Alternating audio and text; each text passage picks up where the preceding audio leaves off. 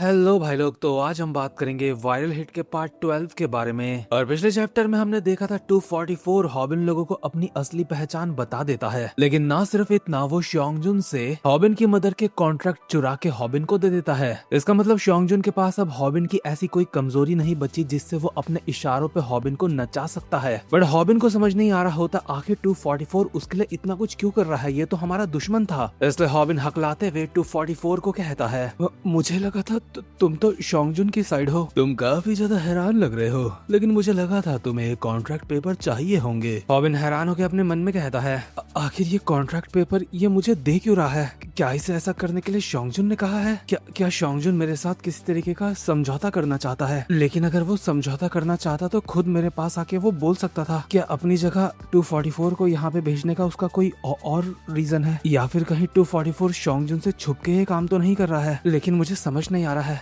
आखिर 244 श्योंगजुन को धोखा क्यों देगा, या फिर कहीं ये कोई जाल तो नहीं जो श्योंगजुन ने मेरे लिए बिछाया है। हॉबिन हकलाते हुए 244 को कहता है, ये तो वो पेपर्स है जिस वजह से मैं तुम्हारी कंपनी को टारगेट कर रहा था। 244 हॉबिन के सर पे हाथ रख के कहता है, अगर ऐसी बात है तो इसको ले लो। ऐसे मौकों को तुम्हें अपने हाथ से जाने नहीं देना चाहिए। मैं तुम्हें ये इसलिए दे रहा हूँ क्योंकि मैं तुमसे लड़ना नहीं चाहता, बस बात इतनी सी है। ठीक है, अब मैं यहाँ से चलता हूँ। हॉबिन को समझ नहीं आ रहा होता इसके ऊपर यकीन करा जाए या फिर नहीं करा जाए, लेकिन जब ये जा रहा होता है तो पीछे से चिल्ला के कहता है, 244 रुक जाओ, क्या श्योंगजुन को पता है ये तुम मुझे दे रहे हो? क्या श्योंगजुन?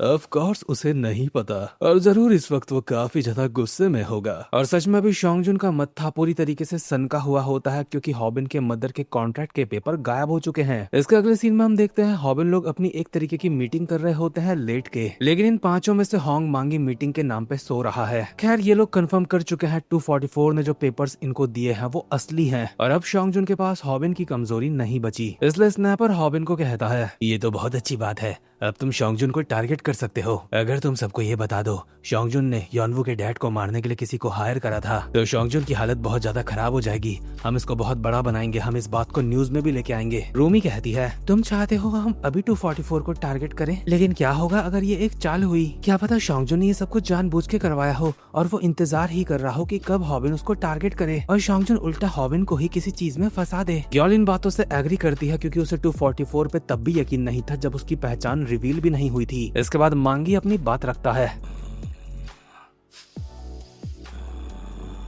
लेकिन अचानक से ही स्नैपर अपनी जगह पे उठता है जिस वजह से सब हैरान होकर उठ जाते हैं। स्नैपर कहता है, चलो श्योंगजुन से ही जाके पूछ लेते हैं कि बात क्या है, और उसने हमें वो कॉन्ट्रैक्ट पेपर अपनी मर्जी से दिए हैं या फिर नहीं दिए हैं। बट हॉबिन मना करता है कि साले 244 ने कहा था कि उसने वो चुरा के दिए हैं, तुझे क्या लगता है हम श्योंगजुन के पास ये पेपर लेके जाएंगे तो वो क्या करेगा? ऐसे में तो श्योंगजुन हमारा दुश्मन है ही, 244 भी बन जाएगा। स्नैपर कहता है, तो तू ही बता दे हमें क्या करना चाहिए भाई। हॉबिन अचानक से अपनी जगह पे उठ के सबको हैरान कर देता है और कहता है, बाकी चीजें मुझे नहीं पता, लेकिन एक बात पक्का है, और वो ये है कि अब हम शांति में जी सकते हैं, यानी कि इनके पीसफुल डेज स्टार्ट हो चुके हैं हॉबिन के मुताबिक। दूसरी तरफ वैंगक भी अपनी पगली बहन के साथ में अपने घर में होता है और अपने मन में कहता है, ये काफी अजीब सिचुएशन है, मुझे नहीं पता 244 क्या सोच रहा है। क्या मैं हॉबिन को 244 के काले धंधे के बारे में बता दूं? ये बात सोचते ही वैंगक को याद आता है 244 ने उसको कहा था, अगर तूने अब कुछ करने की कोशिश करी तो तेरे घर में मुर्दा भेजा जाएगा और वो तेरी बहन का हो सकता है। इसलिए वैंगक अपने मन में कहता है, मुझे माफ करना हॉबिन, इस दुनिया में मेरे लिए सबसे ज्यादा जरूरी ग्योल है। दूसरी तरफ हॉबिन के पास अब करने के लिए कोई क्योंकि खास काम नहीं है, इसलिए वो एक जिन शॉप चोई नाम के छपरी को मार रहा होता है जो अपने स्कूल के बच्चों को बुली करता है। हर बार की तरह स्नैपर इसकी वीडियो बना रहा है क्योंकि ये इनका कंटेंट है। इस छपरी को हॉबिन काफी आसानी से हरा चुका है, लेकिन फिर भी हांफते हुए कहता है, मतलब आदत से मजबूर है, हांफना तो इसको है ही।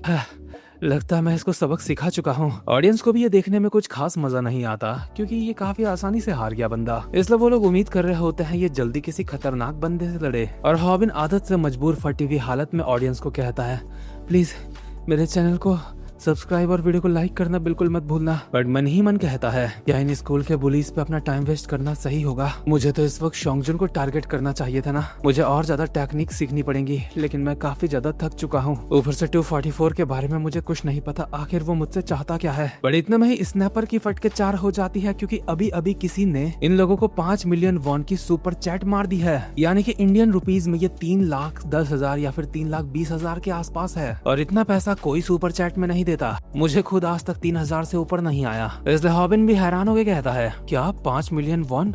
क्या ये उसने दिए हैं जिसने जिन शॉप चोई के बारे में हमें बताया था कि वो बुली करता है लोगों को? स्नैपर कहता है, अबे नहीं, ध्यान से देख, ये हमें 244 ने दिए हैं। 244 की ये सुपर चैट देख के सारे लोग हैरान हो जाते हैं। ऑडियंस को हॉबिन से जेलसी हो रही होती है, पर ये काफी सारा रोक रहा है। इसलिए हॉबिन सीरियस होकर कहता है, ये ठीक नहीं, हम ये एक्सेप्ट नहीं कर सकते। हाँ, तुमने सही कहा, ये काफी ज्यादा है। तुम्हें कम से कम 244 को ये तो दिखाना चाहिए तुम उसके कितने बड़े एहसानमंद हो। और हॉबिन का खुद का मन नहीं होता ये पैसे वापस करने का 244 को, तो इस सुपर चैट के लिए वो कितना एहसानमंद है उसका, इस चीज के लिए हॉबिन डांस करके दिखाता है। और हॉबिन की शक्ल देख के अभी ऑडियंस को उससे चिढ़ मच रही होती है। एक तो बोल रहा होता है, साले कहीं मिल गया तो बहुत मारूंगा तुझे, लेकिन इसके अगले ही सीन में इनके ऑफिस में पहुंच जाता है एक गिफ्ट का डब्बा। और हॉबिन लोगों के लिए हैरानी वाली बात यह है कि ये डब्बा, ये गिफ्ट यहाँ पे किसी ने नहीं मंगाया। इसलिए हॉबिन सबसे कहता है, हो सकता है इसके अंदर बॉम्ब हो, क्योंकि वैसे भी कोई कमेंट में बोल रहा था कि वो मुझे मारना चाहता है, और अगर सच में कोई मुझे मारना चाहता है तो हम इसको वहीं भेज देंगे जहाँ से ये आया है, ताकि वो ही निपट जाए। बट ग्योल इससे पहले ही गिफ्ट खोल चुकी है, मतलब कि हॉबिन की कोई इज्जत ही नहीं। इस गिफ्ट में ग्योल के लिए एक आईपैड होता है जिसकी कीमत 1 मिलियन वॉन से भी ज्यादा है। रूमी के लिए मेकअप ब्रशेस का सेट है, इसकी कीमत भी उतनी ही है लगभग। हॉबिन अब भी मना कर रहा होता है, तुम्हें ये गिफ्ट ऐसे नहीं खोलने चाहिए, पर स्नैपर कहता है, चुप कुत्ते, क्योंकि स्नैपर खुद अपने गिफ्ट से काफी ज्यादा इम्प्रेस होता है, क्योंकि उसे फिल्म बनाने के लिए, वीडियोस बनाने के लिए अच्छे अच्छे गियर्स मिले होते हैं, जैसे कि एडवांस कैमरास, ड्रोन्स। लेकिन बेचारे मांगी को सिर्फ मिली होती है एक विग, और वो उससे ही काफी ज्यादा खुश होता है। और टेहुन को जो चीज मिली थी वो किसी को नहीं दिखाता, चुपचाप से उसको उठा के यहाँ से निकल लेता है। बट वो जो भी चीज थी, टेहुन उससे काफी खुश है। जब हॉबिन अपना गिफ्ट चेक करता है तो इसमें होता है उसकी मॉम के लिए एक कोट। मतलब सच में सबको वो गिफ्ट मिले हैं जो सबके दिल को छू जाए। गिफ्ट देने वाले को पता था इन सबको क्या दे सकता हूँ मैं, क्या इनको अच्छा लगेगा। इतने में ही रूमी को एक कार्ड दिखाई देता है और कहती है, इसमें एक कार्ड है जिसमें बताया गया है ये किसने दिया है। हॉबिन इस कार्ड को अचानक से रूमी से ले लेता है और देखता है ये दिया है 244 ने। अब इन सबके बीच में यही बातें चलने लगती है। पहले तो उसने 5 मिलियन वॉन की अल्ट्रा चैट मारी थी हमें, या फिर सुपर चैट मारी थी, और अब ऊपर से उसने हमें ये दिया है कि हमें सच में ये लेना चाहिए या फिर नहीं। हॉबिन भी थोड़ा परेशान सा लग रहा होता है और सोच रहा होता है आखिर उसको एग्जैक्टली चाहिए क्या मुझसे। लेकिन ये बात है ज्यादा देर तक इनके दिमाग में नहीं चलती। अगले ही पल सारे के सारे काफी ज्यादा खुश हो जाते हैं और 244 को सब्सक्राइब भी कर देते हैं। लेकिन इसके अगले सीन में हम देखते हैं 244 को जो एक जगह पे बैठा हुआ होता है और खुद से कहता है, मैं सोच रहा हूँ क्या उनको मेरे भेजे तोहफे मिल गए होंगे। उम्मीद करता हूँ उन्हें वो पसंद आए होंगे, क्योंकि आगे ऐसा भी हो सकता है कि हम साथ में मिलके काम करें। खैर जो भी हो, वो काफी ज्यादा लेट है। सच में उस बंदे के पास मैनर्स नाम की चीज नहीं। लेकिन इतने में ही इसे आता है शोंगजुन का कॉल, जिसे देख के 244 कहता है, लो उसका कॉल आ, 1 मिनट, ये उसका कॉल नहीं है। लेकिन भला शोंगजुन अब मुझे कॉल क्यों कर रहा है? उसे तो बहुत पहले पता चल चुका होगा कि हॉबिन की मदर के कॉन्ट्रैक्ट गायब हो चुके हैं वहाँ से, तो फिर इतनी देर में मुझे कॉल क्यों कर रहा है? क्या मुझे कॉल उठानी चाहिए या फिर नहीं? चलो उठा ही लेते हैं। इनके बीच की हमें बातचीत नहीं दिखाई जाती, बट ऑब्वियसली ये दोनों एक दूसरे से मिलना चाह रहे हैं, खासकर शोंगजुन इससे मिलना चाह रहा है। अगले सीन में 244 अपना टैंकर खाली कर रहा होता है और उसके पीछे से शोंगजुन यहाँ पे पहुंच चुका है। 244 कहता है, काफी समय बाद मिल रहे हो शोंगजुन, चलो मैं गैस करता हूँ तुम मुझसे क्यों मिलना चाहते थे। जैसे ही तुम्हें पता चला वो कॉन्ट्रैक्ट्स गायब हो चुके हैं, तुम मुझसे मिलना चाहते थे, है ना? लेकिन तुमने कुछ टाइम के लिए खुद को रोक दिया क्योंकि तुम्हें सोचने के लिए वक्त चाहिए था, है ना? तुम जरूर सोच रहे होंगे आखिर मैंने वो कॉन्ट्रैक्ट हॉबिन को क्यों दे दिए। शायद तुमने ये भी सोचा होगा कहीं तुम्हें कोई गलतफहमी तो नहीं हो गई। तुम्हें जरूर वो कॉन्ट्रैक्ट पेपर वापस चाहिए होंगे, लेकिन साथ ही साथ में तुम काफी ज्यादा परेशान भी हो, है ना? शोंगजुन यहाँ का दरवाजा बंद कर देता है और कहता है, तू बिल्कुल सही सोच रहा था, लेकिन क्या तूने ऐसा सोचा था? और 244 का सर पकड़ के सिंक में दे मारता है, जिससे वहाँ पे खून ही खून हो जाता है और कहता है, चाहे मैं कितना भी सोच लूं, मुझे समझ नहीं आ रहा है आखिर तूने वो कॉन्ट्रैक्ट पेपर्स हॉबिन को क्यों दिए। शायद तेरे पास मेरे खिलाफ कुछ चीजें हैं, लेकिन मेरे पास भी ऐसी काफी सारी चीजें हैं जो मैं तेरे खिलाफ इस्तेमाल कर सकता हूँ। 244 शोंगजुन का हाथ पकड़ के उसके मुंह के बिल्कुल पास आता है, जैसे किस ही कर देगा और कहता है, ऑफ कोर्स मुझे पता है तू क्या कर सकता है, लेकिन कितने इत्तेफाक वाली बात है ना, हम दोनों के ही कान फूल गोभी की तरह है। वैसे इससे मुझे याद आया, हम दोनों की पहले भी फाइट हुई थी, है ना? उस फाइट में हम बोल नहीं सकते हम में से कौन जीता था। इसी के साथ ये दोनों एक दूसरे का कॉलर और गर्दन पकड़ लेते हैं एक दूसरे का भूत बनाने के लिए। पर इतने में ही बाहर से आवाज आती है, क्या कोई अंदर है? बाहर जो बंदा है वो 244 का कोई खास जानने वाला बंदा है। 244 उसको कहता है हल्का सा दरवाजा खोल के, वो मैं जरा मिस्टर बेक के साथ कुछ बात कर रहा हूँ। क्या बात कर रहे हो, वो भी बाथरूम में?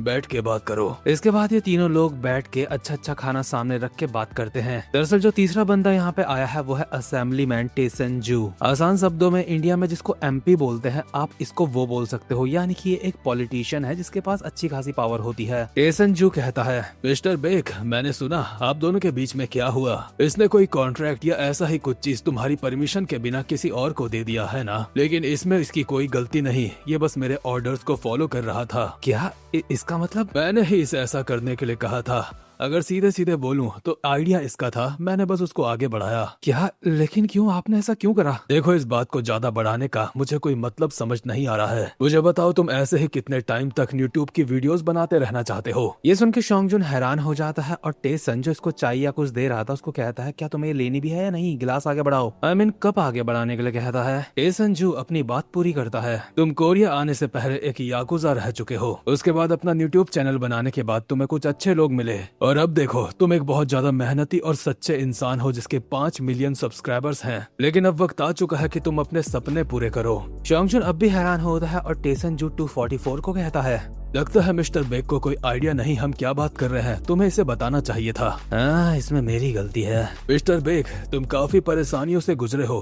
मुझे आज भी याद है जब मैं तुमसे पहली बार मिला था, तुमने मुझे कहा था तुम अमीर इसलिए बनना चाहते हो क्योंकि तुम्हें पावर चाहिए। ये सच बात है, एक पैसे वाले इंसान को भी पावर के सामने झुकना पड़ता है। लेकिन जो भी हो, कॉन्ग्रेचुलेशंस, क्योंकि अब सिर्फ तुम्हारे पास पैसा ही नहीं बल्कि पावर भी होगी। शोंगजुन अपना सर झुका के इसको शुक्रिया करता है। टेसन कहता है, मुझे इतनी जल्दी शुक्रिया मत कहो, अभी तो चीजें और ज्यादा मुश्किल होंगी। शोंगजुन अपना डाउट क्लियर करते हुए कहता है, वैसे मेरा आपसे एक सवाल है, अगर मैं पॉलिटिक्स ज्वाइन कर लूंगा तो फिर उसका क्या होगा जो मैं अभी कर रहा हूँ? मुझे अच्छा लगा तुमने ये पूछा। तुम अभी जो कर रहे हो वो डेफिनेटली आगे तुम्हें अपना काम अच्छे से करने नहीं देगा। मैं इसके लिए तुम्हारा शुक्रगुजार हूँ जो तुमने और XJ कंपनी ने हमारे लिए किया, जो ये डार्क वेब से हमारे लिए पैसे कमाता था, और XJ कंपनी हमारे ब्लैक मनी को व्हाइट में कन्वर्ट करती थी ताकि हमारी पार्टी अच्छे से चल सके। वो दिन अब खत्म होते हैं। तुम्हें अब ये करने की जरूरत नहीं होगी क्योंकि भविष्य के असेंबलीमैन शोंगजुन बेक का इतिहास कोई बुरा नहीं होना चाहिए। मैंने सही कहा ना? शोंगजुन इसे एक ड्रिंक देते हुए कहता है, लेकिन जो मैं काम अभी कर रहा हूँ वो मैं नहीं करूंगा तो उसकी जगह हमें कोई चाहिए। चिंता मत करो, उस काम के लिए मैंने सही इंसान ढूंढ लिया है। वो मुझे उसका नाम याद नहीं आ रहा था, वो क्या था? अब उसका नाम दोबारा से भूल गए। उसका नाम था वायरल हिट। ये सुन के शोंगजुन हैरान होता है कि उसकी जगह अब हॉबिन को बैठाने का सोच रहे हैं ये लोग, लेकिन शोंगजुन खुद इसके बाद एक पॉलिटिशियन बन जाएगा। 244 उसको कहता है, मुझे माफ करना शोंगजुन, मैंने इतने समय से तुम्हें ये बात नहीं बताई थी। मेरा तो दिमाग खराब हो रहा था तुझे और हॉबिन को एक छोटी सी चीज के पीछे लड़ता देख के, लेकिन ऐसी बचकानियां लड़ाई करने का हमारे पास वक्त नहीं। तुमने अपने जिंदगी भर के सपने को पूरा करने के लिए काफी ज्यादा मेहनत करी है। मैं जानता हूँ तुम्हें ये चीज अच्छी नहीं लगेगी क्योंकि तुम हॉबिन को पसंद नहीं करते, लेकिन शोंगजुन का इसमें खुद काफी ज्यादा फायदा है, इसलिए एक स्माइल के साथ कहता है, अब ये सब मायने नहीं रखता, मुझे हॉबिन से कोई दिक्कत नहीं। तो क्या मुझे तुम्हें असेंबलीमैन बेक कह के बुलाना चाहिए? वैसे अभी शोंगजुन पॉलिटिशियन बना नहीं, लेकिन ये खबर सुन के काफी ज्यादा खुश है और खुशी खुशी यहाँ से बाहर आता है। पर अंदर 244 और टेसन बात कर रहे होते हैं। ये अच्छी बात है, उसे ये प्लान काफी अच्छा लगा। सही कहा, लोग पावर हासिल करने के लिए कुछ भी कर सकते हैं। सही कहा।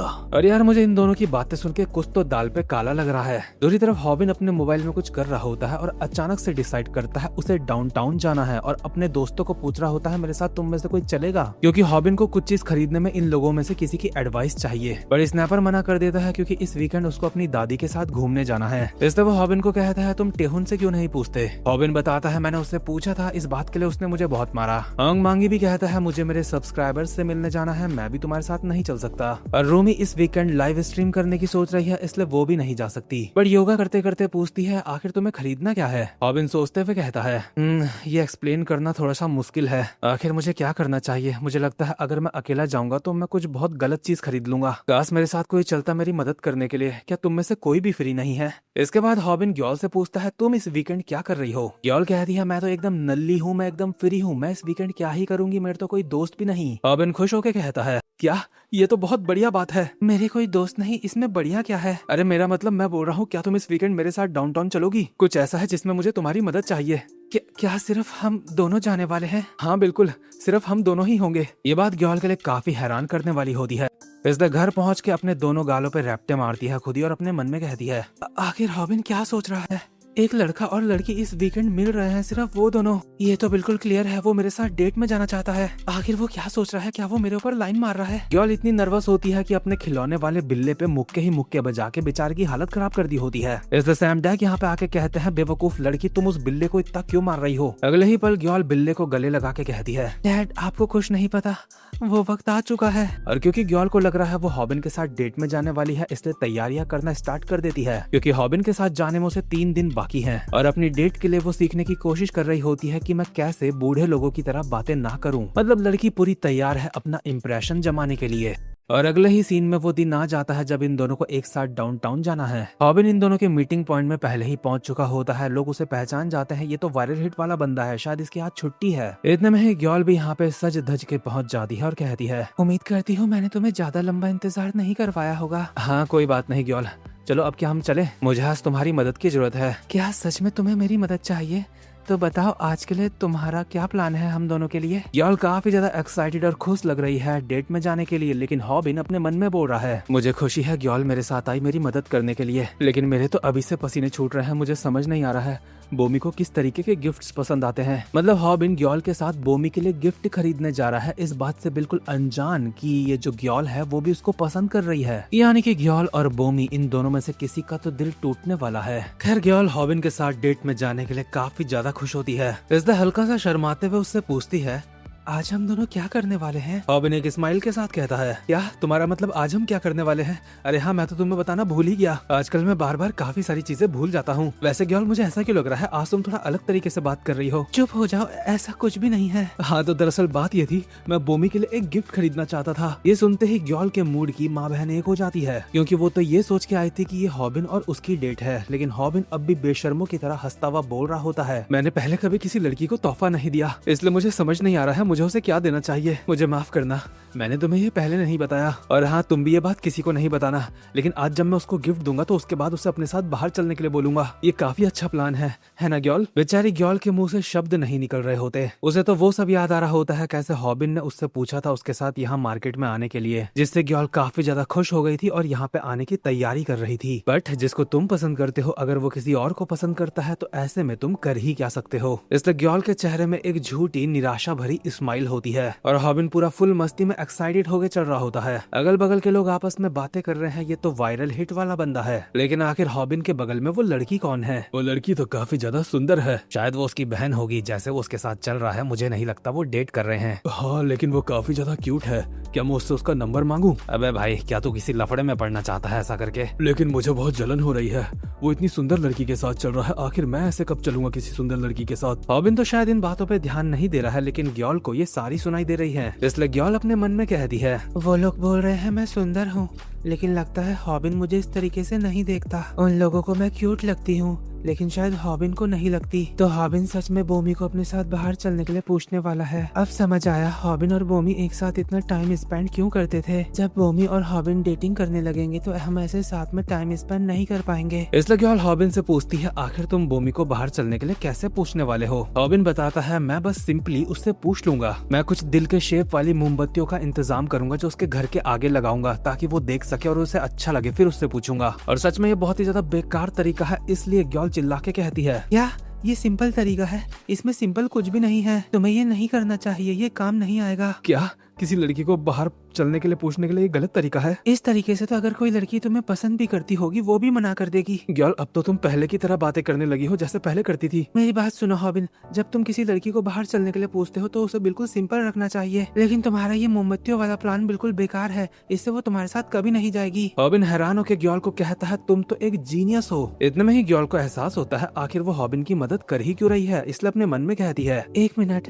अगर हॉबिन ये मोमबत्तियों वाला प्लान करता है तो बोमी उसके साथ नहीं जाएगी। क्या मुझे सच में कुछ ऐसा करना चाहिए जिससे बोमी उसके साथ ना जाए? हॉबिन ने भी गिफ्ट चुनने की जिम्मेदारी अब ग्योल पे छोड़ दी होती है, और क्योंकि ग्योल सोच चुकी है अब बोमी को हॉबिन के साथ नहीं जाने देना चाहती, इसलिए बेकार सा गिफ्ट चुनेगी। इसलिए कपड़े लेते वक्त सेल करने वाली लड़की को बोलती है, मुझे कोई ऐसे कपड़े दिखाओ जो बहुत सुंदर लड़की के ऊपर बहुत बेकार लगे। सेल्स वुमेन ये सुन के हैरान होती है कि भला ऐसे कपड़े कौन लेता है, बट ग्योल अब भी बोलती है, मुझे ऐसे कपड़े चाहिए अगर हम किसी को वो गिफ्ट गिफ्ट करे तो वो हमसे बहुत ज्यादा गुस्सा हो जाए, यानी कि ऐसे कपड़े जिसको देखते ही तुम्हारा दिमाग खराब हो जाए। आप समझ रही है ना मैं क्या बोल रही हूँ? सेल्स वुमेन को कुछ समझ नहीं आता, लेकिन फिर भी अपने साथ लेके जाती है, क्योंकि इनका काम तो है कस्टमर को प्रोडक्ट चिपकाना, चाहे वो कैसा भी बोले। और ग्याल चलते चलते भी बोल रही होती है गिफ्ट बहुत बेकार होना चाहिए। उसके मन में भी यही बात चल रही होती है और सेल्स वुमेन ग्याल से पूछती है क्या तुम मुझे बता सकती हो जिस लड़की को तुम्हें गिफ्ट देना है उसका बॉडी टाइप कैसा है? इसके जवाब में ग्याल बस इतना बताती है उसके बहुत बड़े हैं, बाल भी बड़े हैं, हाइट भी बड़ी है। अब सेल्स वुमेन को इसको कुछ तो चिपकाना ही है, इसलिए एक बत्तख वाली ड्रेस दिखाती है इसको। और सच बताऊं मुझे तो ये ड्रेस इतनी बुरी नहीं लग रही है, बट ग्याल इस ड्रेस को डन कर देती है और हॉबिन को कहती है देखो मैंने कुछ चुन लिया है, तुम आके देख लो। बट हॉबिन खुद अभी एक पेयर शूज का खरीदने का सोच रहा है जिसमें उसे समझ नहीं आ रहा कि कौन सा खरीदे, इसलिए दूर से ही ग्याल को बोल देता है तुम जो खरीदोगी सही खरीदोगी। हॉबिन का ये भरोसा देख के ग्याल को वो पल याद आते हैं जो उसने पुराने बोमी के साथ बिताए थे, इसलिए ग्याल का दिल थोड़ा सा पिघल जाता है और सेल्स वुमेन के सामने सर झुका के कहती है मुझे माफ करना, मैंने अपना मन बदल लिया है, माफ करना इतनी परेशान करने वाली कस्टमर होने के लिए। दरअसल ग्याल ने अब एक की जगह 2 कपड़े खरीद लिए होते हैं, शायद पहले वाला बुरा था तो दूसरा वाला अच्छा होगा, वैसे तो मुझे पहले वाला भी अच्छा लग रहा था। हॉबिन ग्याल से पूछता है क्या 2 तोहफे खरीदना अच्छी बात होती है? ग्याल कहती है अगर तुझे कोई तोहफा देगा भी नहीं वो फिर भी तेरे साथ बाहर चलने के लिए तैयार हो जाएगी, कभी हमें ज्यादा भी तोहफे नहीं दे देने चाहिए किसी को, नहीं तो वो परेशान हो जाते हैं। हॉबिन एक स्माइल के साथ कहता है अगर उसके साथ मेरी डेट पक्की हो गई तो आज की पार्टी मेरी तरफ से तुझे। बट क्योंकि ग्याल के थोड़े पसीने छूट रहे हैं इसलिए हॉबिन उससे पूछता है क्या तुम ठीक हो? ग्याल कहती है शायद उसे थोड़ी सी ठंड लग गई है। हॉबिन अब भी इससे बोमी के बारे में बातें करे जा रहा होता है, लेकिन इसकी तबीयत अभी इतनी खराब हो रही है कि ये गिरने वाली है और गिरते गिरते अपने मन में कहती है मैं सच में बेवकूफ हूँ जो यहाँ पे ऐसे कपड़े पहन के आई जिससे मुझे ठंड लग गई, और मैंने ऐसे कपड़े उसके लिए पहने जो किसी और लड़की के साथ बाहर जाना चाहता है, मुझे चक्कर आ रहे हैं। पर हॉबिन जो अपनी ही बकड़ बकड़ में लगा था अचानक से इसको गिरने से बचा लेता है। ग्याल इसको थैंक्स करती है। हॉबिन कहता है हे क्या हुआ, खुद को संभालो। अरे यार मैं दोबारा से एक बात भूल गया। आखिर तुम्हारा इससे क्या मतलब है? अरे मैं भूल गया था, मुझे ये तुम्हें जल्दी दे देने चाहिए थे। इसके बाद हॉबिन निकालता है वो शूज जो उसने अभी अभी खरीदे थे। ग्याल को ये बात नहीं पता थी, लेकिन हॉबिन ने ये ग्याल के लिए ही खरीदे हैं और खुद ग्याल को ये शूज पहना के कहता है ये लो ये तुम्हारे लिए है। आज के दिन तुमने हील्स क्यों पहनी थी? तुम नॉर्मली वो नहीं पहनती। मुझे तुम्हारी चिंता हो रही थी क्योंकि तुम हील्स में ठीक से चल नहीं पा रही थी। पता है मेरे दिमाग में भी एक बहुत फनी बात आई है, तुम्हारे एंकल्स बहुत पतले हैं, तुम्हारे पैर इतने पतले हैं कि ये शूज भी इतनी आसानी से फिट आ जा रहे हैं। ये शूज पहनने के बाद ग्याल हैरानी से कहती है क्या तुम सीरियस हो?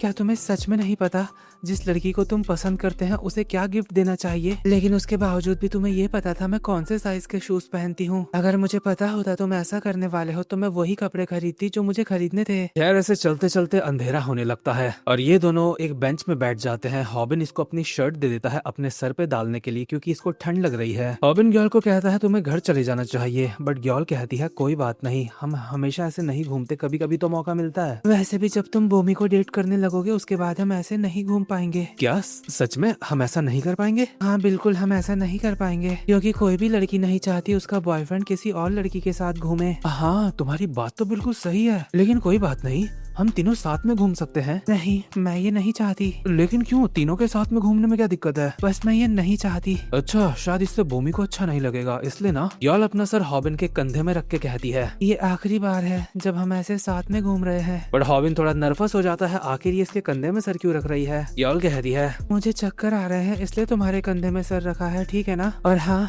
आगे से इन बातों का ध्यान रखना।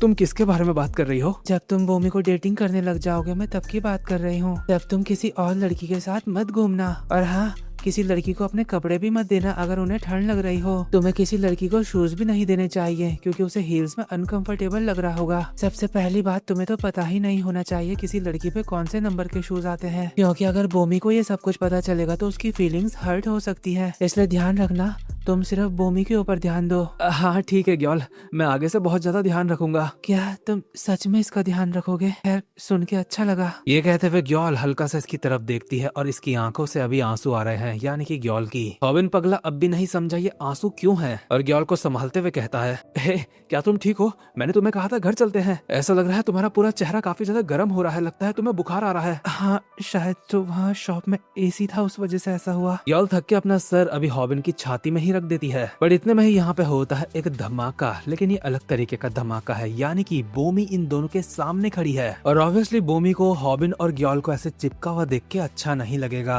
हॉबिन बोमी को ऐसे अचानक से देख के हैरान होता है, बट उठ के एक स्माइल के साथ कहता है, हे बोमी, तुमने तो कहा था तुम अपनी मॉम के साथ कुछ वक्त बिता रही हो, क्या चलते चलते तुमने मुझे देख लिया था इसलिए तुम यहाँ पे आई? हॉबिन गधों की तरह अब भी स्माइल कर रहा होता है, बट बोमी का सवाल बस इतना होता है, आखिर तुम क्या कर रहे थे? अच्छा, मैं ग्योल के साथ घूम रहा था, थोड़ा कुछ सामान खरीदने के बाद अब बस हम घर ही जाने वाले थे क्योंकि ग्योल की तबीयत कुछ ठीक नहीं लग रही। बोमी सीरियस होके कहती है, मुझे नहीं पता था आज तुम ग्योल के साथ घूम रहे हो, मुझे तो लगा था तुम अकेले हो। अच्छा, अब मुझे समझ आया, शायद तुम्हें कोई गलतफहमी हो रही है। लेकिन बोमी ऐसी बात नहीं है, ऐसा नहीं कि मैंने तुम्हें जानबूझ के इस बारे में नहीं बताया, मुझे नहीं पता था चीजें ऐसी हो जाएंगी, मैं तुमसे कुछ भी सीक्रेट नहीं रखना चाहता था। 1 मिनट में तुम्हें सब कुछ एक्सप्लेन करता हूँ। हाँ ठीक है मॉम। बोमी कॉल पे सिर्फ इतना कह के हॉबिन को कहती है, सॉरी मेरी मॉम मुझे बुला रही है, मुझे जाना होगा। क्या? लेकिन बोमी रुको, कोई बात नहीं, तुम मजे करो। ऑब्वियसली बोमी बहुत गंदा वाला नाराज हो चुकी है, इसलिए हॉबिन इसके कुछ देर बाद बोमी को मैसेज भी करता है, बोमी क्या तुम सही से घर पहुंच चुकी हो? लेकिन बोमी का कोई रिप्लाई नहीं आ रहा होता, इसलिए ये झंडू नहाते नहाते खुद से कहता है, आखिर वो मुझे रिप्लाई क्यों नहीं दे रही? उसे लगता है वो बिना मेरी बात सुने अपने मन में कुछ भी सोचने लग जाएगी। लगता है इस वक्त वो मेरे ऊपर गुस्सा है, लेकिन क्या वो मेरे ऊपर गुस्सा इसलिए है क्योंकि मैंने उसे बताया नहीं मैं ग्योल के साथ था? ऐसा नहीं था कि मैं उसको बताना नहीं चाहता था, मैं उसको बता देता उसको गिफ्ट देने के बाद, मुझे उसे उसी वक्त बता देना चाहिए था, लेकिन वो मेरी बात बिना सुने वहाँ से चली गई। 1 मिनट, क्या वो मुझे एटीट्यूड दिखा रही है? नहीं यार, ऐसा नहीं हो सकता, तो फिर बात क्या है? मुझे पता लगाना होगा मैंने आखिर गलत क्या करा ताकि मैं उससे माफी मांग सकूं उसके लिए। क्या मुझे उसे सॉरी का मैसेज भेजना चाहिए? वैसे भी बोमी जितना मुझे पसंद करती है मैं उससे ज्यादा बोमी को पसंद करता हूँ। हॉबिन को समझ नहीं आ रहा होता आखिर वो बोमी को मैसेज क्या भेजे, इसलिए अपना माथा पकड़ के खुद से कहता है, अबे यार मुझे उसे पहले ही बता देना चाहिए था कि मैं ग्योल के साथ हूँ। और सिर्फ इतना ही नहीं कि मैंने उसे ये पहले नहीं बताया, बल्कि उसने मुझे तब भी देखा था जब मैंने ग्योल को पकड़ रखा था। अगर मैं अपनी जगह उसको रख के देखूं वो ऐसा करे, ये इमेजिन करके मुझे लग रहा है मेरी सच में गलती है। अगर बोमी ने मुंचोंग को वैसे पकड़ा होता जैसे मैंने ग्योल को पकड़ा था तो मुझे गुस्सा आ जाता, लेकिन क्या इसका मतलब बोमी को जलन हो रही थी क्योंकि मैंने ग्योल को पकड़ रखा था? अब यार मुझे सोचना बंद करना चाहिए और उससे सीधा माफी मांगनी चाहिए। हॉबिन बहुत ही चिंता के साथ बोमी को मैसेज करता है, क्या हम बात कर सकते हैं? लेकिन इस चीज का भी बोमी का कोई रिप्लाई नहीं आता। हॉबिन अपने को झूठी उम्मीद देता है ये सोच के क्या पता बोमी अब तक सो गई होगी, बट वो मोबाइल में टाइम देखता है, अभी तो 9 ही बज रहे हैं और बोमी सोती है 11:30 बजे। इसका मतलब साफ है बोमी उसके मैसेज इग्नोर कर रही है। अब हॉबिन के मन में बुरे बुरे ख्याल आने लगते हैं, जैसे कि कहीं उसने हॉबिन को ब्लॉक तो नहीं कर दिया या फिर उनका रिश्ता शुरू होने से पहले ही खत्म तो नहीं हो गया। दूसरी तरफ बोमी भी बाथ टब में बैठे बैठे खुद से कहती है, मुझे उसका रिप्लाई करना चाहिए, क्या मुझे भी उससे पूछना चाहिए कि क्या वो घर सही से पहुंच गया? क्या मुझे ऐसा दिखाना चाहिए जैसे कुछ भी नहीं हुआ? क्या मैं छोटी सी बात को सच में बहुत बड़ा बना रही हूँ? लेकिन ग्योल सच में थोड़ी बीमार लग रही थी, क्या वो अब भी ग्योल के ही साथ होगा? लेकिन हॉबिन और मैं एक दूसरे को डेट नहीं कर रहे हैं, अगर मैं उससे ऐसे नाराज होंगी तो उसे ऐसा लगेगा जैसे मैं ज्यादा ही एटीट्यूड दिखा रही हूँ। लेकिन एक मिनट, अगर मान भी लेते हैं कि ग्योल सच में बीमार होगी तो क्या इसका मतलब वो ऐसे किसी को भी पकड़ सकता है? क्या सच में ये कोई बड़ी बात नहीं? लेकिन एक बात मुझे अब भी समझ नहीं आई, आखिर उसने मुझे बताया क्यों नहीं कि वो ग्योल के साथ घूम रहा था? मैं उसे हमेशा बताती हूँ कि मैं किससे मिल रही हूँ। क्या वो मुझे बहुत ज्यादा हल्के में ले रहा है? क्योंकि जितना वो मुझे पसंद करता है मैं उससे ज्यादा उसे पसंद करती हूँ। सच में मुझे बहुत गुस्सा आ रहा है, लेकिन फिर भी ऐसी सिचुएशन में भी उसको मैसेज करना मुझे अच्छा लग रहा है, मुझे उसे रिप्लाई दे देना चाहिए। बोमी अभी हॉबिन को मैसेज करने ही वाली होती है, इतने में ही उसको किसी का कॉल आ जाता है। दूसरी तरफ हॉबिन अपने ऑफिस में किसी ज़ॉम्बी की तरह बैठा होता है। यहाँ पे टेहुन भी इनके साथ है और इनसे पूछता है कि आखिर इस चोमू को क्या हो गया। स्नैपर टेहुन को बताता है ये एक लड़की की वजह से हुआ है जिसे ये पसंद करता है। दरअसल हॉबिन उससे माफी मांगना चाहता है, लेकिन वो हॉबिन का रिप्लाई नहीं कर रही। लगता है इनका रिश्ता खत्म होने वाला है। बट टेहुन अपनी जगह से उठ के हॉबिन के पास आता है और उसका मोबाइल उठा के उसे कहता है, अबे चोमू, उसका इंतजार मत कर कि वो तुझे मैसेज करे। एक लड़की के मैसेज के पीछे अपना टाइम वेस्ट क्यों कर रहा है जब तू अपनी लाइफ में इससे बेटर चीजें कर सकता है। स्नैपर कहता है, भाई तेरे लिए बोलना आसान है क्योंकि तुझे बहुत सारी लड़कियां मैसेज करती हैं। क्या तुझे सच में लगता है हम भी तेरे जैसे लकी हैं? अगर तू सिर्फ एक दिन हमारी तरह दिखना शुरू हो गया तो तुझे फिर हमारा दर्द समझ आएगा। इतने ही हॉबिन को किसी का मैसेज आता है, इसलिए वो फोन में झपट पड़ता है, लेकिन टेहुन फोन को पीछे खींच लेता है। लेकिन ये मैसेज देख के हॉबिन डिसअपॉइंट हो जाता है क्योंकि ये बोमी का नहीं बल्कि ग्योल का है, जो हॉबिन को बोल रही है क्या तुम्हें किसी चीज में मेरी मदद चाहिए। और यार ग्योल ये मैसेज तब कर रही है जब उसकी खुद की तबीयत ठीक नहीं है। वो अपने कमरे का दरवाजा बंद करके अंदर बैठी है और उसकी लगातार नाक बहे जा रही है, इसलिए बाहर से सैम डैक उसको चिल्ला के कहते हैं, ए, क्या तुम ठीक हो? जब से तुम घर आई हो तब से तुम्हारी नाक बहे जा रही है। बेवकूफों की तरह तुम स्कर्ट पहन के बाहर चले गई। अब देखो क्या हो गया। यॉल अंदर से जवाब देती है, मैंने हर्बल टॉनिक पी लिया है, मैं ठीक हो जाऊंगी। और अपने मन में कहती है, वैसे भी मेरे पास और चॉइस ही क्या है, मुझे ठीक होना ही होगा। यानी कि एक तरीके से दुखी है क्योंकि इसको पता है हॉबिन बोमी को पसंद करता है, इसको नहीं। इसका मतलब यहाँ पे प्यार का जाल बिछ चुका है, कोई किसी को पसंद करता है तो कोई किसी को। दूसरी तरफ हम देखते हैं बोमी को जो कॉल आया था वो था मुनचोंग का, जो बोमी के घर के बाहर उससे मिलने आया है और दोनों सीढ़ियों में बैठ के बातें कर रहे हैं। मुनचोंग कहता है, हम काफी समय से मिले नहीं, इसलिए मैंने सोचा तुमसे मिल लूं क्योंकि मैं यहीं से गुजर रहा था। और ये दोनों पूरे 2 महीने बाद मिल रहे होते हैं। मुनचोंग जब बोमी के हालचाल पूछता है तो वो कहती है, हाँ सब ठीक है, दरअसल मैं और हॉबिन। सिर्फ इतना कहते ही उसे याद आता है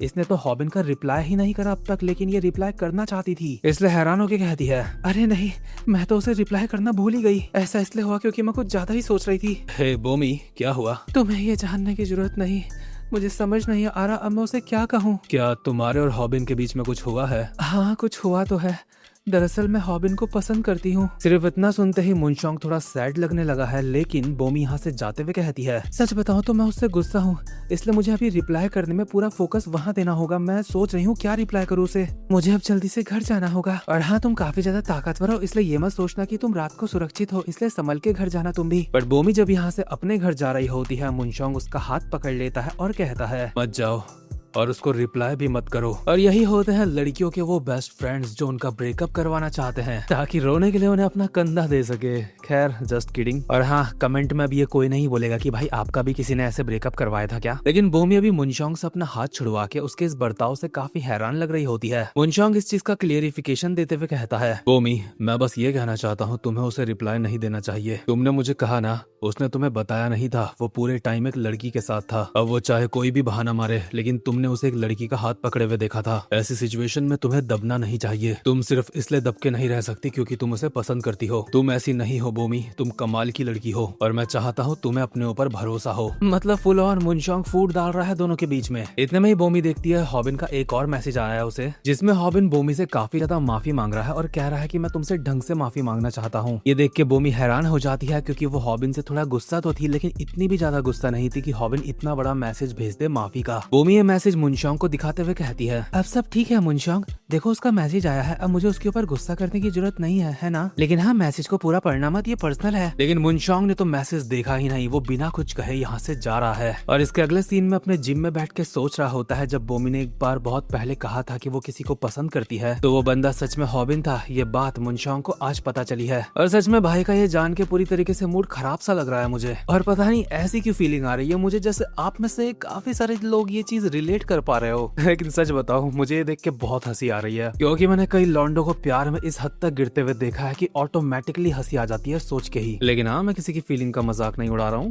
खैर इसके बाद बोमी अपने घर पहुंचती है खुशी खुशी, और घर में उसकी माँ जो उसकी बड़ी बहन लग रही है कहती है, बोमी चोई आखिर तुम कहाँ थी। बोमी बोल ही रही होती है, बाहर में मैं अपने एक दोस्त से मिलने गई थी। इतने में ही देखती है उसकी माँ ने उसके फादर को भी यहाँ पे बैठा रखा है उनकी क्लास लेने के लिए। बोमी की माँ बोमी को भी उनके बगल में आके बैठने को कहती है। बोमी को समझ नहीं आ रहा होता किसकी क्लास लगने वाली है, क्या उसके फादर ने कोई गलती कर दी या बोमी ने कोई गलती कर दी। बट बोमी के फादर समझदारी दिखाते हुए कहते हैं, बेटा इससे कोई फर्क नहीं पड़ता गलती किसकी है, बस माफी मांगने के लिए तैयार रहो। बोमी की माँ कहती है, बोमी चोई आजकल तुम्हारे ग्रेड्स इतने कम क्यों आ रहे हैं, जाओ जाके अपना फोन लेके आओ। बोमी थोड़ा हड़बड़ा जाती है, इतने में ही उसकी माँ उसे डांट देती है कि जबान लड़ा रही। और जब वो बोमी का फोन देखती है तो उसमें उन्हें दिखाई देता है हॉबिन का मैसेज और कहती है, आखिर ये हॉबिन कौन है बे। बोमी जवाब देती है, वो एक बहुत ज्यादा प्यारा लड़का है जो एक यूट्यूबर है। ये सुन के ही बोमी की माँ का मत्था सनक जाता है और वो एक एस्ट्रे उठा लेती है बोमी का सर फोड़ने के लिए, जो देख के मुझे ऐसा लग रहा है बोमी की माँ के अंदर गीटे की माँ चुका है। बट बोमी अपनी माँ को प्यार से पकड़ के कहती है, मॉम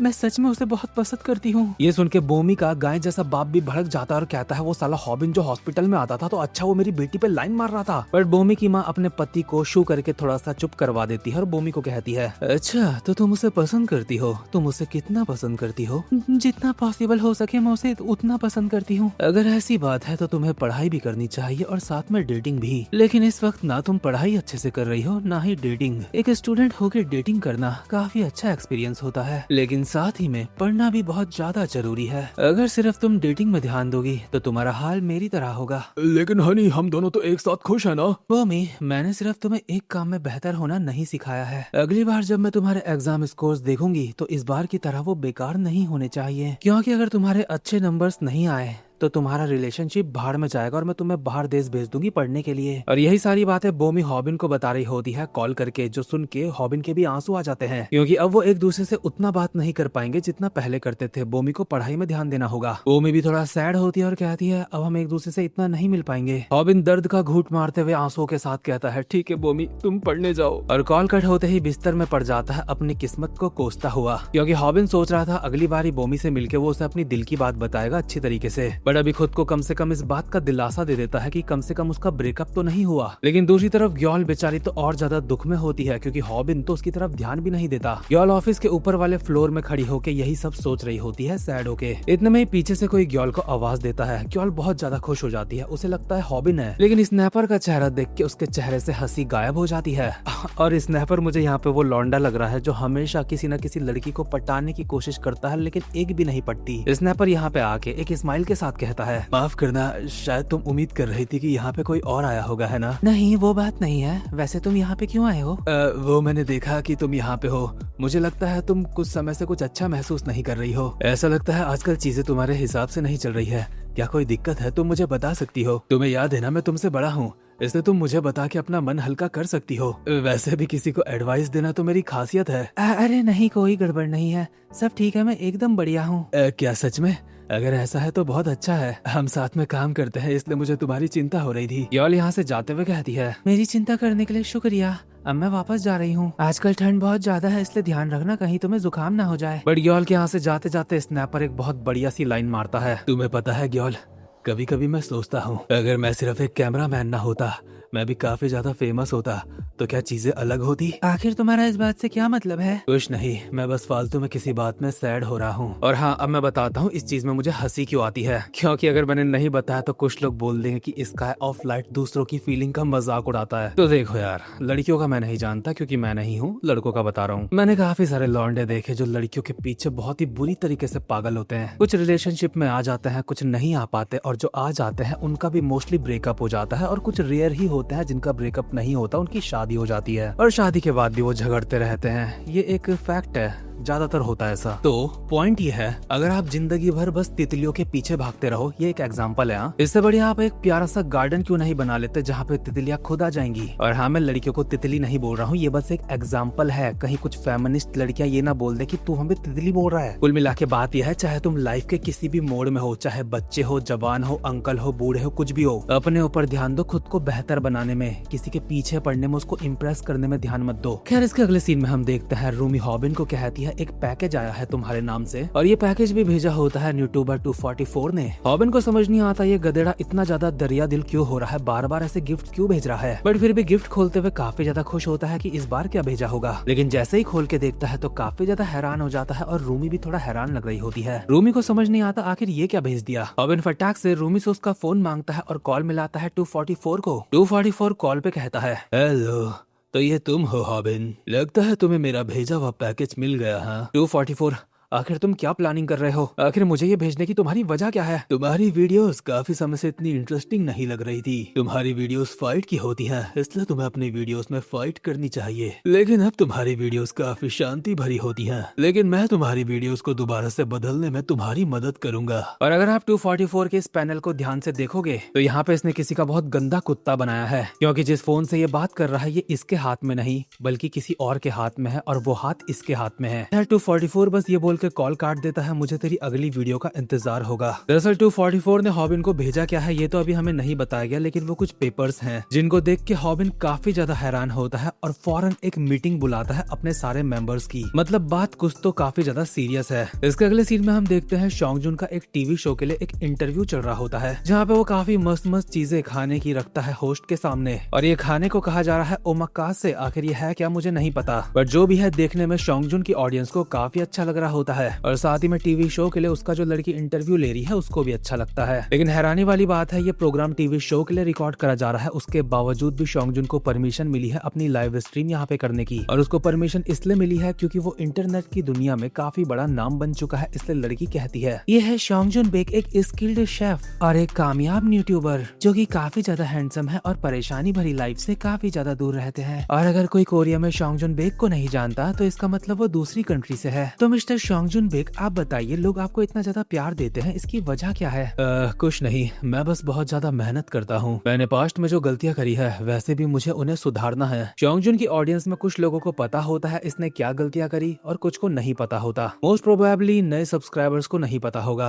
यार ये शो खत्म होने के बाद ये शो वाले शॉन्गजुन को शुक्रिया कहते हैं, शॉन्गजुन उनको शुक्रिया कहता है। शॉन्गजुन बताता है ये सब कुछ वो अपने सब्सक्राइबर्स के लिए कर रहा है, जो सुन के उसके सब्सक्राइबर्स खुश होते हैं। और ये टीवी वालों के यहाँ से जाने के बाद शॉन्गजुन अपने सब्सक्राइबर्स को कहता है मैं तो काफी ज्यादा नर्वस हो गया था, लेकिन फिर भी उसके सब्सक्राइबर्स को भर भर के प्यार दे रहे होते हैं, जो कि ऑब्वियसली एक अच्छे इन्फ्लुएंसर को मिलता भी है। एक बंदा कमेंट में कहता है शॉन्गजुन ने अपनी जिंदगी में सब कुछ हासिल कर लिया है, उसके 5 मिलियन सब्सक्राइबर्स हैं। दूसरा कहता है हाँ सब कुछ कर लिया है, लेकिन अब तक वो प्रेसिडेंट नहीं बना, बस एक यही चीज बाकी रह गई है, यानी कि पॉलिटिक्स में आना। और शॉन्गजुन तो पॉलिटिक्स में आना ही चाहता था, इसलिए अपनी ऑडियंस को कहता है अगर मैं पॉलिटिक्स में आऊंगा तो क्या तुम लोग मुझे वोट करोगे? सारे बंदे तैयार होते हैं, कहते हैं हाँ भाई हम तुम्हें वोट पक्का करेंगे, पूरा सपोर्ट है। ये देख के शॉन्गजुन के चेहरे में भी एक स्माइल होती है और वो सबको शुक्रिया कहता है। और सच में सब कुछ देख के अब तक कितना सही लग रहा है ना, जैसे शॉन्गजुन कितना सही बंदा है, अपनी मेहनत से इतना आगे बढ़ा है और अब अच्छा काम करेगा, समाज को सुधारेगा। लेकिन कई बार जो दिखता है वो होता नहीं और जो होता है वो दिखता नहीं। मैं ऐसा क्यों बोल रहा हूँ थोड़ी देर में समझ आएगा। इसके अगले सीन में हम देखते हैं एक डेंटिस्ट क्लिनिक, जहाँ पे 2 काम करने वाली लड़कियां होती हैं। उनके सामने से आता है 244 जिसके कपड़े और चेहरे पे खून लगा हुआ है, यानी कि किसी को तो निपटा के आ रहा है ये हरामी। और ये यहाँ पे आया है असेंबलीमैन टेसन जू से मिलने के लिए, यानी कि वो पॉलिटिशियन जिसको हमने पहले देखा था, शायद उसका दांत वाट टूट गया होगा, वो ठीक करवाने आया होगा। अपनी खूनी चेहरे के साथ ही एक लड़की के पास आके पूछता है असेंबलीमैन टेसन जू कहाँ है, मुझे उससे मिलना है। लड़की खून देख के डर जाती है और डरते हुए ही कहती है वो वहाँ पे है। टेसन जू एक जगह पे लेटा हुआ होता है अपने दांतों को फिक्स करवाने के लिए, जो कि एक लड़की कर रही होती है। और ऐसे में ही ये दोनों बात करते हुए कहते हैं अच्छा तो तुम अपने दांतों को ठीक करवा रहे हो, या तुम चाहते हो मैं तुम्हें किसी और डेंटिस्ट से इंट्रोड्यूस करवाऊं? क्या किसी और डेंटिस्ट है? हाँ लेकिन शायद तुम्हें वो डेंटिस्ट पसंद नहीं आएगा क्योंकि वो एक आदमी है। रहने दो, मुझे जवानी की हरियाली पसंद है। खैर क्या तुमने हॉबिन नाम के लड़के को वो डॉक्यूमेंट्स भेज दिए हैं? ऑफ कोर्स, मेरी उससे कॉल पे बात हुई थी कुछ देर पहले। तुमने मुझे कहा था वो हॉबिन नाम का लड़का शॉन्गजुन बेक की तरह है। वो दोनों एक दूसरे की तरह है तो, लेकिन अलग अलग जिंदगियां जीते हैं। वैसे सोचा जाए तो तुमने मुझे कभी शॉन्गजुन बेक के बारे में कुछ बताया नहीं। वैसे उसके बारे में ज्यादा कुछ नहीं है, लेकिन जब तुम अपने दांत ठीक करवा रहे हो तो उसी दौरान बताऊं तुम्हें उसके बारे में? हाँ बिल्कुल, मैं सुन रहा हूँ। तो शॉन्गजुन बेक एक कोरियन जापानीज है। वो जापान में एक कमाल का जूडो एथलीट रह चुका है। लोग कहते हैं वो काफी ज्यादा टैलेंटेड था और साथ ही में उसको सिखाने के लिए जापान में उसे एक बहुत अच्छा कोच भी मिल गया था। ऐसा तो ऐसी बात है। और उसके बाद उसने अपने कोच को पैसों के लिए मार दिया। ये सुन के जो लड़की बुड्ढे के दांत ठीक कर रही है उसके हाथ कांप जाते हैं। 244 बताता है इसके बाद वो जेल चला गया था और बहुत ही आसानी से बाहर भी निकल गया था और ना जाने कैसे उसने इस मामले को बहुत ही आसानी से दबा दिया। और उसी के बाद से या फिर उसको पैसों की लत लग गई या फिर खून की। और यहीं से होती है शॉन्गजुन बेक की कहानी की स्टार्ट। इसके बाद वो जापान के कैंतो रीजन की एक मोटरसाइकिल गैंग को हराता है और ये गैंग वही है जो लुकिसम में कुरोदा ryuhei चलाता है। लेकिन ऐसा मत समझना कि कुरोदा ryuhei को हराया होगा शॉन्गजुन ने। खैर अभी मुद्दा यह है ऐसी गैंग्स को हरा के ही शॉन्गजुन याकुजास की दुनिया में कदम रखता है और बन जाता है जापानीज याकुजा का एक मेंबर। वो कहने के लिए तो याकुजा होता है, लेकिन फिर भी अगर उसे कोई पैसा देता है तो वो किसी को भी मार देता है पैसे के लिए। और अपने इसी खून खराबे की वजह से उसे अपना एक निकनेम मिलता है जापान में, जो कि गैंगस्टर्स के बीच में काफी ज्यादा कॉमन था। और वो निकनेम शॉन्गजुन को मिला था उसकी बदनाम इस्माइल से, जो वो किसी को भी मारने से पहले करता था। और वो नाम है वोराई ओनी। जिन लोगों ने लुकिसम देखी है वो इस ओनी शब्द से काफी ज्यादा वाकिफ होंगे। खैर वोराई ओनी के साथ साथ में इसको स्माइलिंग गॉब्लिन भी कहा जाता है और यही शॉन्गजुन का असली चेहरा है, जो वो लोग देखते हैं जो शॉन्गजुन के हाथ से मरने वाले होते हैं। और क्योंकि जब वो एक याकुजा था तो इन्हीं निकनेम से जाना जाता था, जैसे कि स्माइलिंग गॉब्लिन। इसलिए आज की डेट में किसी को नहीं पता कि शॉन्गजुन ही स्माइलिंग गॉब्लिन है। और इस स्माइलिंग गॉब्लिन की एक बहुत ज्यादा बड़ी खास बात थी कि इसको पैसा बहुत पसंद था हॉबिन की तरह। 244 इसके बाद डेंटिस्ट के हाथ से उसका टूल ले लेता है और कहता है, क्या मुझे 1 सेकंड के लिए मिलेगा? नहीं आप ऐसा नहीं कर सकते। तो शॉन्गजुन ने उसके बाद उस याकुजा को भी मार दिया जिसने उसे याकुजाज में शामिल करवाया था। मुझे वो यही आखिरी चीज पता है जो स्माइलिंग गॉब्लिन ने आखिरी बार करी थी, क्योंकि इसके बाद वो कोरिया आ गया था। लेकिन कोरिया में भी कोई लफड़ा करके वो जुवेनाइल प्रिजन पहुंच जाता है और वहाँ वो मिलता है किसी ऐसे बंदे से जो बाद में उसकी कंपनी का एम्प्लॉय बनता है। यानी कि ये अभी वेंगक की बात कर रहा है। लेकिन शॉन्गजुन ने कौन सा कांड करा था जिस वजह से उसे जुवेनाइल प्रिजन जाना पड़ा? इसके जवाब में टेसनजू कहता है, उसने जो कांड करा था, क्या ये वही मैटर है जिसके बारे में मैं जानता हूँ? हाँ, मैं उसी लफड़े की बात कर रहा हूँ।